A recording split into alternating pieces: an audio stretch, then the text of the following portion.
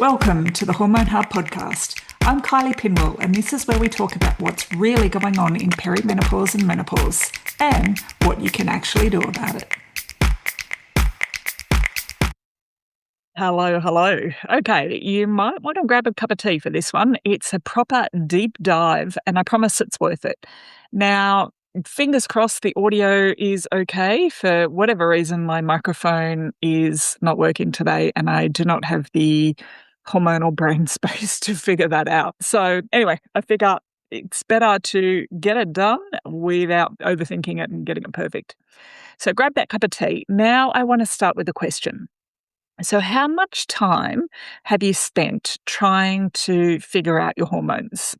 So the supplements, the blood tests, the 3 a.m. Googling. Now, how much time have you spent thinking about your gut? Because here is what I've come to believe after years of working with women who are in this beautiful perimenopause, menopause space. Most of us are trying to fix the wrong thing first. So your gut, and we've talked about gut health for a long time now, but your gut isn't just about digestion. It is literally running your hormones. And when it's not working properly, nothing else works properly either. So today we are going deep. We are going gut microbiome, we're going stomach acid, we're going bloating, we're going constipation, we're going hydration, food basics, all of it. Okay, let's go.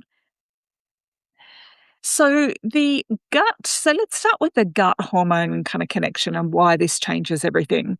So your gut microbiome contains what we call the estrobiome. So it's a specific collection of bacteria that's responsible for metabolizing and recirculating estrogen through your body. So when this microbiome is healthy, estrogen is processed and it's cleared properly. So when your microbiome is not so healthy, it's disrupted. So estrogen either starts to build up or it gets cleared too fast, and both cause problems. So when we in the earlier stages of perimenopause and we've got these peaking and troughing, like these high and low levels of estrogen, it's recycling that extra estrogen. And when it's clearing it out too fast, that's usually when we're low estrogen, and we want to hang on to that. So when we are going through perimenopause, a struggling gut makes the hormonal chaos so much worse. And if we think about why our gut matters, so this is where all of our neurotransmitters are made. There's a lot of research into the link between your gut microbiome and your mental health. So 90% of our serotonin is made in the gut. And serotonin is our happy hormone. So this helps regulate our mood, anxiety, our sleep quality. It's all influenced here. And the gut microbiome directly also influences our insulin sensitivity and blood sugar regulation. So it's partly what we eat, but it's also about what our gut does with it once we've eaten. So when I talk to women and they come to me and sort of saying their hormones are all over the place, their moods are going on all over the place, one thing where we always start is, what is your gut doing? Like, how's your bloating? How's your constipation? How often are you going to the toilet? That sort of stuff. So we'll dive into that a little bit down the track. So your healthy gut. So what's actually going on here? So a healthy gut has thousands of species of bacteria, good things and bad things. And what the goal is of a healthy gut and these good microbia that are in our gut, the goal is diversity, so not just the quantity. So this is why, a probiotic is not always my first go-to. So women who've worked with me know that I'm all about feeding the good gut bacteria, starving the bad guys, so we get a better balance. And then if we need to, we can look at topping up with a probiotic. So our bad guys are our pathogenic bacteria. It's yeast overgrowth. So this is all the candida, it's dysbiosis. So this is what this actually means. And what our bad guys do is they wreck the biome, they wreck that microbiome. So that change in estrogen, that decline in estrogen itself changes the gut environment. And then you throw on top like years of stress, antibiotics, alcohol, caffeine, processed food, under eating, skipping meals, and signs that your microbiome is struggling. So this is where we get bloating is a really common one in, our 40s and 50s, irregular bowel movements. So we want to be going to the toilet every day. If you're not going every day, that's a big red flag. If you have skin issues, so this could be acne breakouts, it could be hives, it could be rosacea, rashes, anything weird going on with your skin. Frequent infections, so always getting a cold or always coming down with something, being slow to heal. Sugar cravings is a massive one. Brain fog, most definitely, and mood instability, so that up and down mood swings. Now, the good news is your microbiome is really responsive. So it can shift really meaningfully in a couple of weeks with some dietary changes. So we don't need anything wacky. We just need to have a look at what food we're eating. So, what feeds our good gut bacteria is the diversity of plant foods that we give it. It's a big mix of fermented foods, it's the prebiotic fiber. So, rather than just eat yogurt, are we eating lots of different colors of foods, lots of different textures of foods? Are we having not just yogurt, but are we having some sauerkraut or some kimchi? Sourdough is an example of a fermented food. Kombucha in, the right types or the right forms can be helpful as well. So those prebiotic fibers, so good kind of veggies and good examples of prebiotic fibers are things like sweet potato, leeks, garlic, those kind of foods. And when you think about it, they're quite different to each other. So different textures, different colours.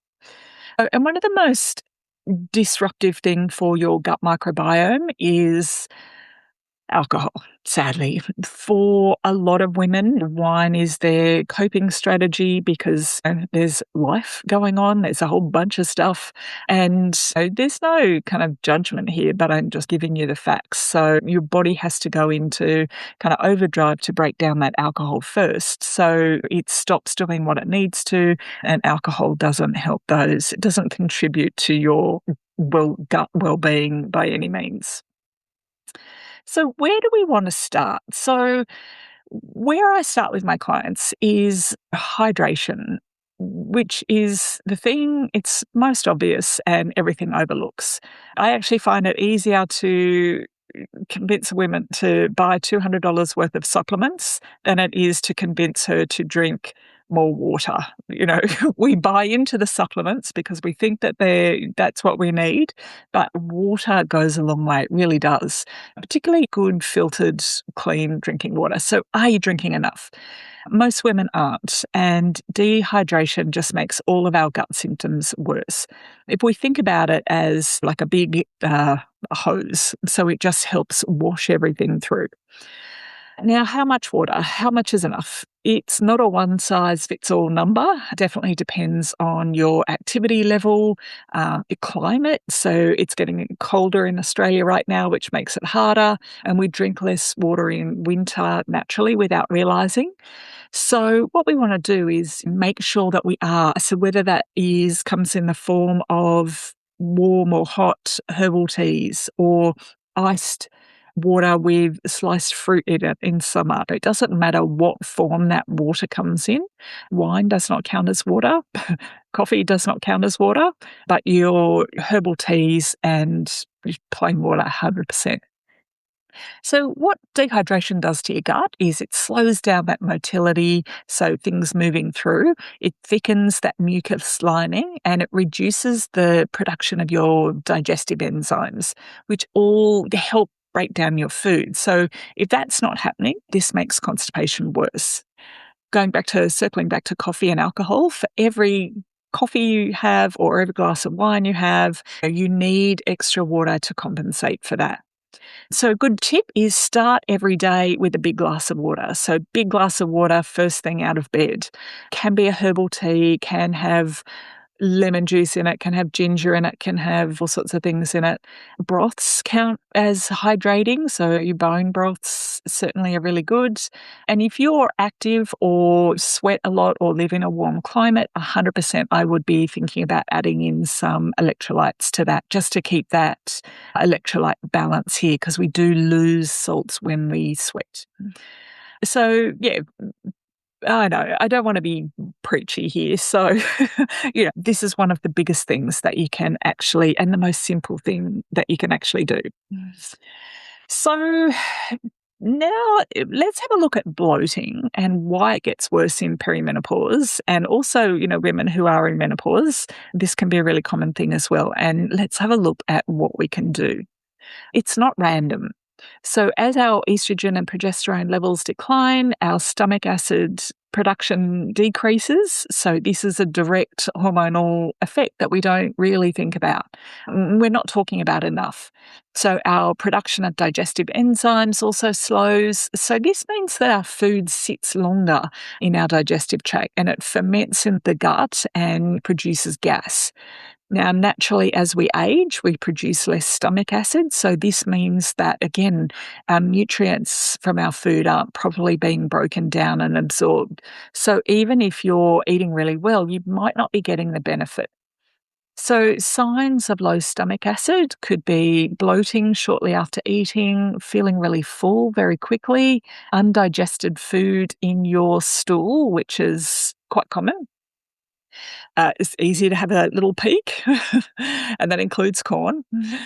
Reflux. So counterintuitively, reflux is often caused by too little stomach acid, not enough. So this is why a lot of women have that burping. And medically, if you go in and see your doctor with reflux, they'll put you on something like a protein pump inhibitor, which will suppress the production of stomach acid, which actually then makes it worse. So it will fix the symptom, but it's not addressing the cause. So the cause is we want to produce more. So things are breaking down the food and acting the way they should be.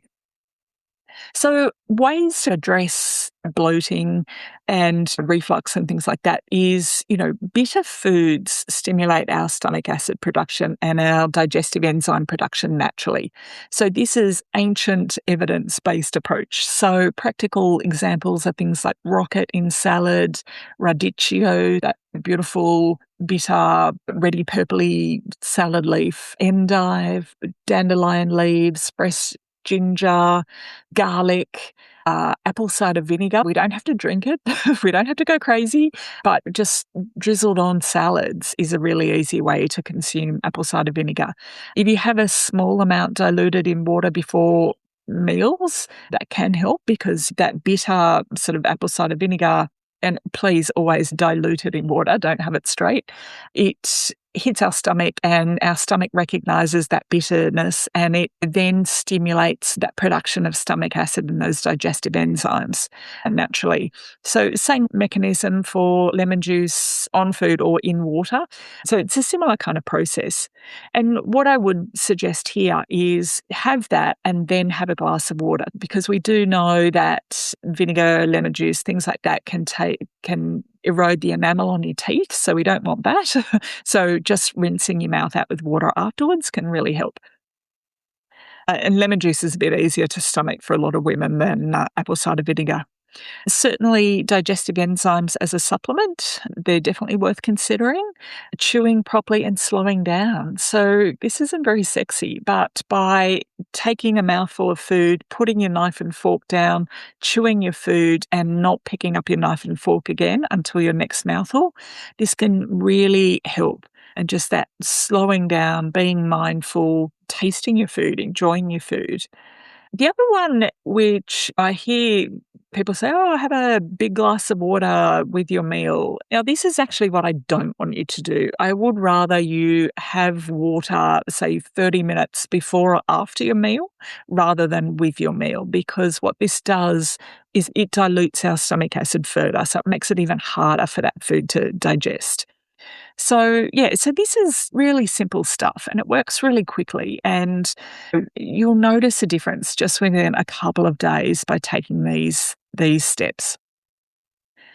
Okay, now we're going to get on to the really sexy stuff. So let's talk about constipation. Okay, this is one of the most common things I see ever. And it matters like beyond kind of not feeling very comfortable. So, estrogen is supposed to, and not just estrogen, but all of everything that our body doesn't need, it's our garbage disposal. So, it's meant to exit via the bowel. So, estrogen is one of those things. It gets broken down in our liver, it goes through our digestive system, we poop it out, gone. But when transit is slow, estrogen and also all the other nasties we are trying to get rid of are reabsorbed back into your body. And this is and I'm talking specifically estrogen here. Recirculating estrogen is what can drive symptoms like breast tenderness, bloating, mood swings, particularly in early perimenopause. And we're looking at, the sort of estrogen dominance. This is a really big one. So we want to be pooping at the very least once a day, ideally 2 or 3 times a day. And what a healthy poo looks like is we sit on the toilet, we poo, we wipe, the toilet paper comes out relatively clean, and we are done. It shouldn't be overly smelly, it shouldn't be explosive, it shouldn't be hard to pass or anything like that. So it should just be one and done. So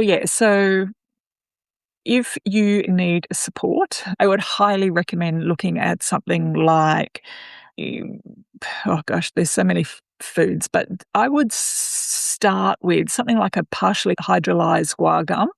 This is particularly effective, and also it's very low reactive. So anyone with kind of FODMAP issues or any kind of food sensitivities, this is usually a good one. And it just helps, it feeds those good gut bugs, and it just helps everything move through. So you feel more comfortable, and we're reestablishing a healthy environment for your good gut bugs to live. So if you would like, I have a beautiful product which I can prescribe for all my Aussie and Kiwi listeners. Shoot me an email or shoot me a DM and I'll set you up, because seriously, this can be life-changing. So just what causes this constipation can also be, again, this life stage. So that declining estrogens, naturally slowing your gut motility, being dehydrated, not eating enough fiber, stress, having thyroid issues can certainly impact your body. Certain supplements, some nasty forms of iron supplements and calcium supplements. If you are needing to take those, again, I have some really gut-friendly options for you. So let me know. I'd rather put you on the good stuff. So if you are definitely feeling constipated, your hormones are all over the place, these two things are connected. It means your bowels are clearing your hormones properly. Okay, so there's a lot of stuff going on. So what do we fix first? Okay, so if this is resonating with you and you're going, yeah, I want you to start with hydration. Genuinely, just start here. A large glass of water with, say, lemon first thing in the morning is one of the most effective things for bowel motility. The second one is fiber. Like, everyone's talking about protein at the moment, but seriously, we want more fiber in your diet. And this is soluble fiber. So this looks like oats, chia seeds, always soak them. Flax seeds are awesome, legumes. These all draw water into the bowel and soften the stool. Then your insoluble fibers, which is your veggies and your whole grain, adds bulk, and it's kind of like helps move things along. So fiber is like a broom for your bum and a feast for your good gut bacteria. So you need both. The next one is, or the next thing to try is movement. Move your body. So even a 10-minute walk after meals can help stimulate that gut motility. Magnesium can help. So a magnesium glycinate or a magnesium citrate at night. You've got the double whammy of, it does help support your nervous system and help you not often go to sleep. But it's also gentle and effective And look, let's face it, we could all do with some magnesium regardless. Look at what in your life might be slowing things down. So this could be stress, it could be certain medications, not enough fat in your diet. Are you getting enough olive oil drizzled on your salad or drizzled on your veggies? Are you getting enough oily fish? So are you having salmon a couple of times a week? Are you having avocado, nuts, seeds, all of those good things? So fat helps stimulate bile, which again helps move the bowel. So if you are going every 2 or 3 days, think that's normal. It's not. Daily, at the very least, is your goal. So your hormones need you to clear things out. Okey dokes. So what should we be eating? So this is where eating for optimal health shifts from when we are in perimenopause. So when we're cycling, our needs change. It's not completely different, but there are a few, I guess, let's call them upgrades that really matter now. So protein. Protein is non-negotiable. So this is, when it comes to our gut, important for like repairing that gut lining. It's important for our neurotransmitter production, so our happy hormones. It's important for muscle maintenance, and muscle loss accelerates in menopause. And protein's essential for our blood sugar stability. So we want protein at every meal, including breakfast. So if we can get it in at breakfast, if we can get protein in at lunch, and we're talking a palm size, and a palm size at dinner, we are going to hit our protein needs. We do not need to eat buckets of cottage cheese, I promise. So fiber, most women are getting about half of what they need. So we want, if you think about a diversity of sources, not just one type. We want to have a look at fermented foods. So getting some kefir, some natural yogurt, kimchi, sauerkraut, miso. So these all contain live cultures that actively add to the microbiome. So these are your probiotics. So I highly recommend starting small if you're sensitive to it. Then we want some anti-inflammatory foods, so fatty fish, olive oil, nuts, seeds, colourful veggies, berries, real food focused, not a supplement dependency. Okay, nothing replaces real foods. We want to have a look at nutrient density over calorie counting. So absorption of nutrients matters more than quantity right now. So a nutrient poor diet eaten in large amounts is still a nutrient poor diet. So let's focus on what is in the food we're eating. So creatine is getting a lot of attention for women right now. There's a lot of studies coming out to say 5 grams, or milligrams, can't remember. Anyway, generally it comes with a scoop, so 1 scoop, just to be on the safe side. Creatine helps support muscle mass. It plays a huge role in cognitive function. So anyone with brain fog, creatine can be really helpful. It helps support your energy. And I thought this was worth mentioning as an option. Definitely this is one where we would want to look at supplementing. Another one is calcium and vitamin D right now. So our bone health is non-negotiable. So once we start losing bone, it's really hard to get that back. So we want to make sure that we are looking at good food sources, but also supplementation might make sense, and that's okay. Omega-3s is our oily fishes, anti-inflammatory. It supports gut lining integrity, brain health, joint health. We want to limit ultra-processed foods, excess alcohol, excess sugar, artificial sweeteners. So basically packaged food and refined seed oils. So things like our processed vegetable oils, safflower oils, all of those sort of things. Just stick with olive oil. Avocado oil, they're beautiful. Macadamia nut oil.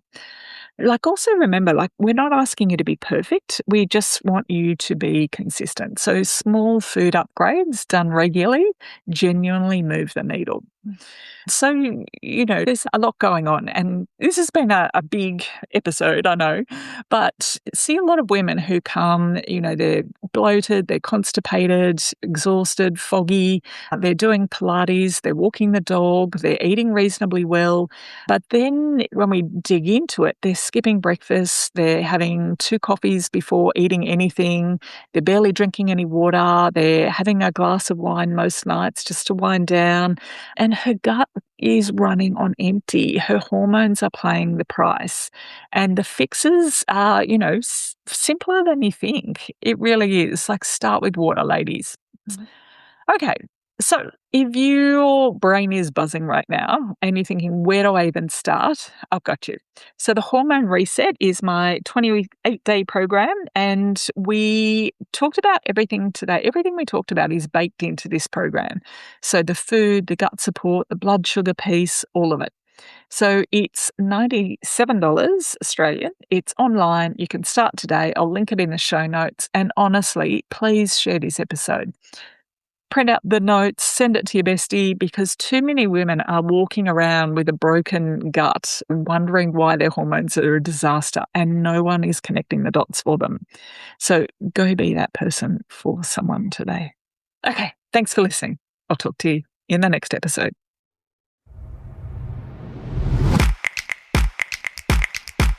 Thanks for listening to the Hormone Hub podcast. If you enjoyed this episode, make sure you follow so you never miss a new one. And for more practical hormone support, visit myhormonehub.com.